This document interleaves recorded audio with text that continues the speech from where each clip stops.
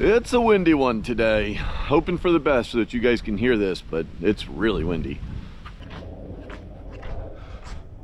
Absolutely spectacular day here in South Florida. Welcome back to Jimmy's and Sook's. My name's Brad. I got these traps set at a shallower water depth than I've ever set. Let's see how it pays off. Been about 4 days.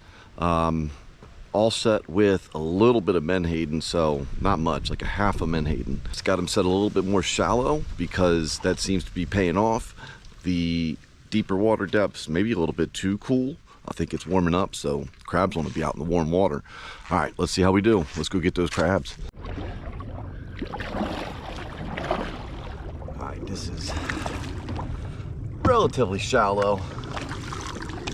Got somebody parked a bunch of traps right next to mine, which is awesome. Love that. Love that. Look at that. That's a great crab pot. 1, 2, 3, 4, 5, 6, 7, and they are nice.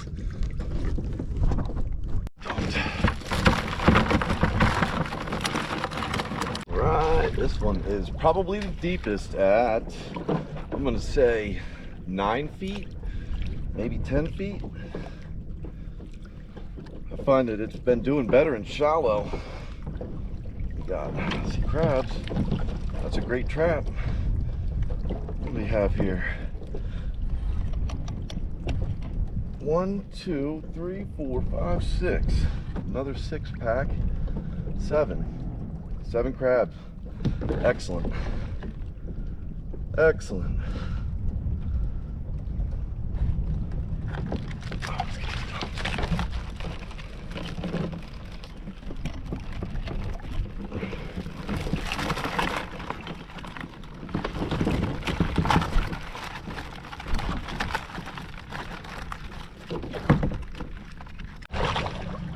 One of the ones that we set a little bit shallower after we've seen the success we've had with more shallow depth.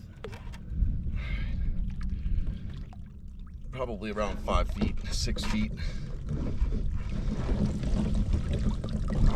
Huh. How about that? Maybe I forgot to lock the trap. I don't think so, but maybe. All right, empty. All right, move this one also to a little shallower area. Let's see if that paid dividends for us. Let's see what we got. I see a crab. I see a few crabs. Yeah, we got 5.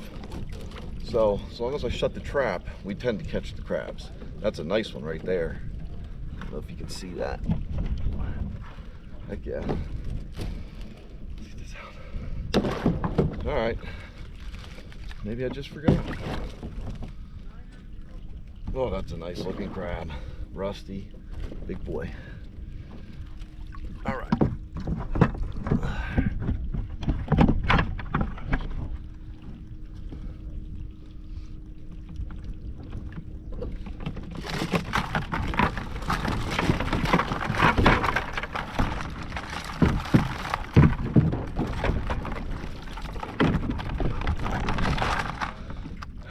Everybody. Cool.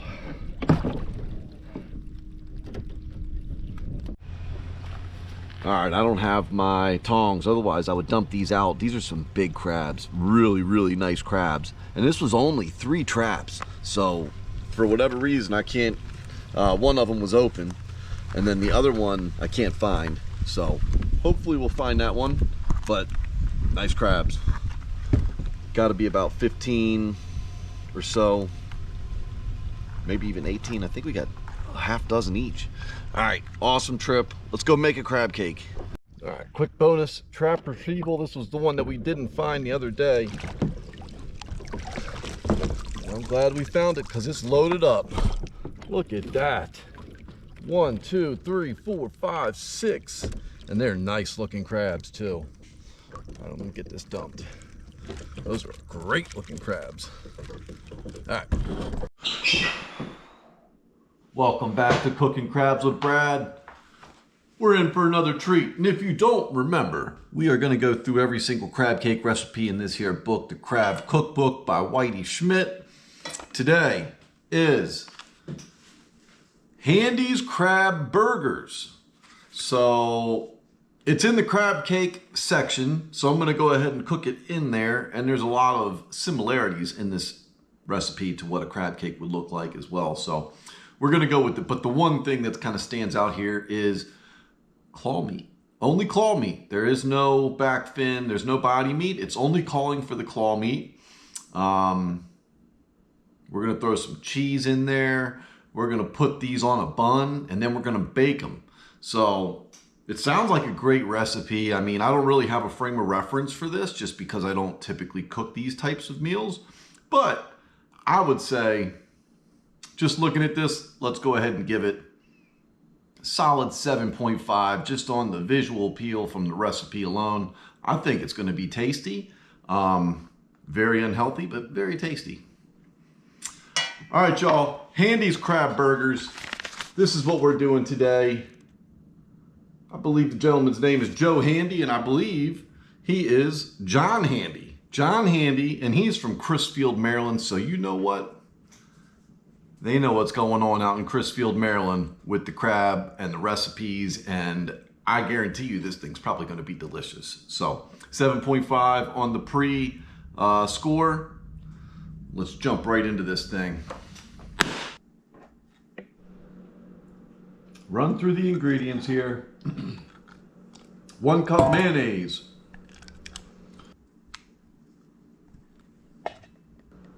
1 cup sharp cheddar cheese, cubed small. Salt to taste.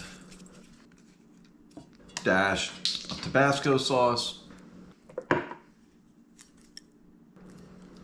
Dash of Worcestershire sauce.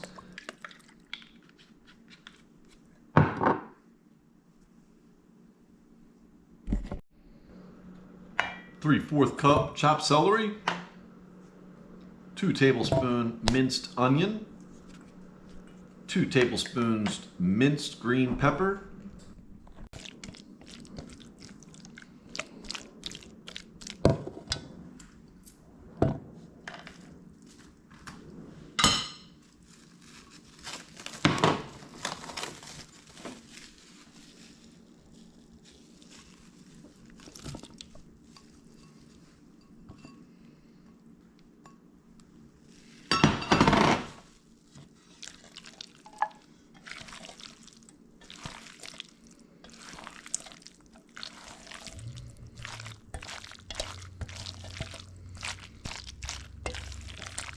So I'm not sure it's as important to not break up these little pieces.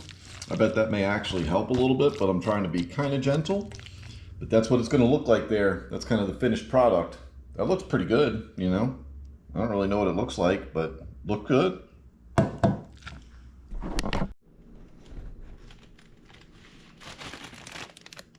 Going in with some St. Pierre sesame seed hamburger buns. So they want us to brown these buns, so I'm gonna go ahead and brown them. Then we're gonna slop this mixture right on top of this thing. Put a little bit of butter in there to kind of help get these a nice golden brown.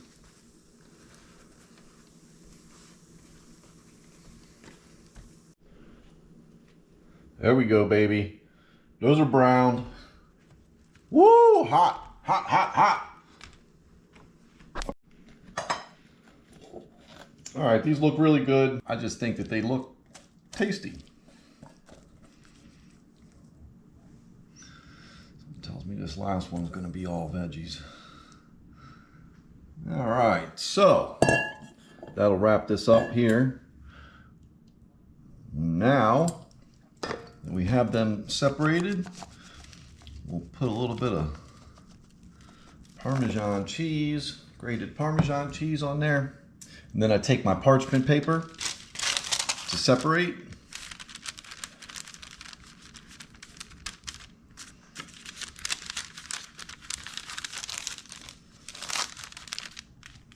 And we'll save those for later, or I'll give them to friends.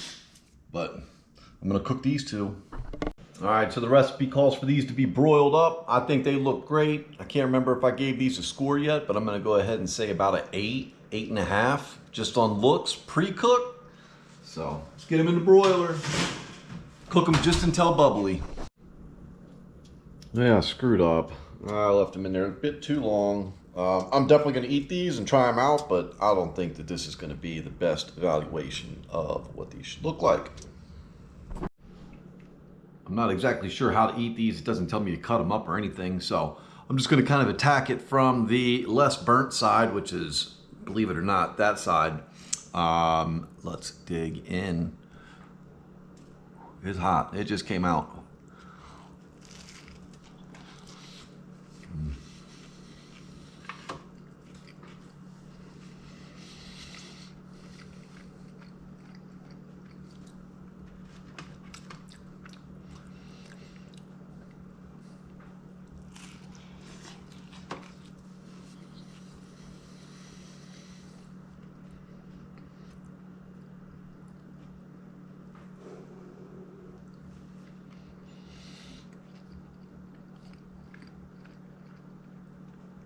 It's good. It's different. You know, I don't really know what to say. It's good. It's like a good appetizer. I would probably cut these things up into little triangles and serve them out as an appetizer, but that's pretty good. I did put another batch in just to try and cook them without getting them super burnt. I have that set for 4 minutes, so let's see. But I mean, this is really not bad. I don't know. I'm not like in love with it, but it's a good appetizer.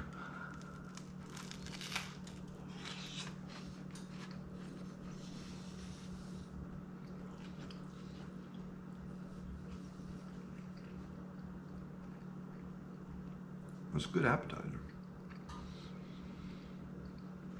All right, let's see how these other ones turn out, and then I'll give it a score. Practically happened again. All right. That's frustrating. All right, so be prepared. If you're cooking these in the broiler method, this stuff's gonna just be burnt. It doesn't really taste bad, but not what I was hoping for. So this was 5 minutes. 5 minutes. Whew! In the broiler. Damn, 5 minutes. All right. If you can not look around the edges, I would say that this is like a 8 for the visual, you know, pretty good looking. With the burnt crust, it looks like a 7, you know, not great. Looks better than this guy, but not by much. So, all right, I'll give it a minute. All right, we're digging into this.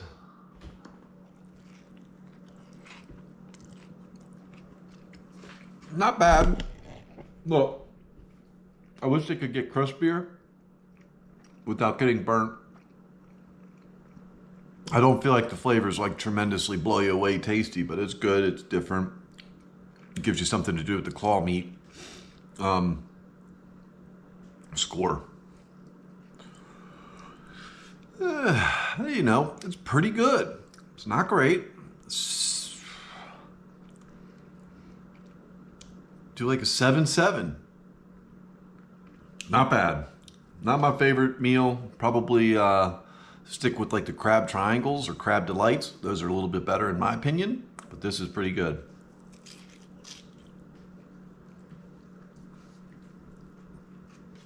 Well, that's gonna wrap it up. We'll go ahead and sign off. Please like, please subscribe. Hopefully you've enjoyed cooking crabs with Brad, the crab cake cook-off. Not really a crab cake, but it's in the crab cake list, so we're doing it. Not bad, not great. This was Yardley's? Handy's.